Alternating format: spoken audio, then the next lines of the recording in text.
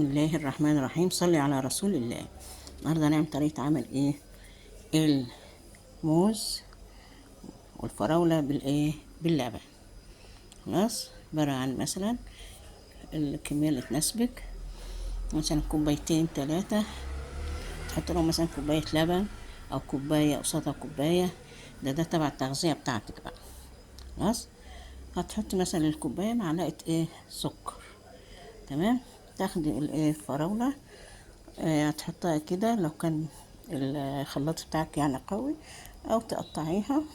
تاخدي الموز الاخر تقطعيه برضو حلقات. تمام. حط كله السكر بالموز اللهم صل على النبي بالفراولة.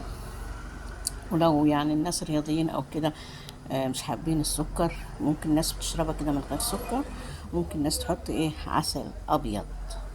تمام. انا بقى السر بقى الخطير، هنحط له معلقه كريم شانتيه. ماشي. نحط كله في الخلاط الحلو ده اهو. يلا بينا. بعد ما خلطنا وعملنا اهو، هنحطه بقى في الخلاط.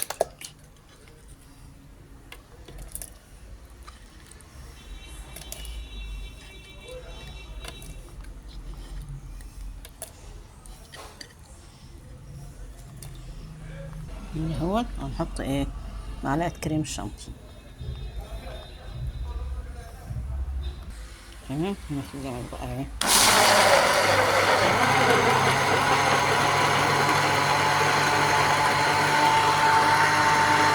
ايه رايكم في الجمال ده؟ معلقه الكريم شانتيه ظبطته وخليته كمان حطيت له نطرة فانيليا. بقى واو واو واو، احلى حاجة، احلى سموزي موز بالفراولة ولا فراولة بالموز زي ما تقول. بالله عليكم بقى متنسوناش في الدعم والاشتراك. اترحم على جوزي، ده جوزي متوفى وهو صغير شاب لسه في اخر ال40، اخر الخمسينات كده. بالله عليكم بالله عليكم. يلا، نقول لكم مع الف سلامة وألف شكر. صيام هذا أو ذاك، لكم منا أجمل التهاني وأحلى المنى وأرق الأمان.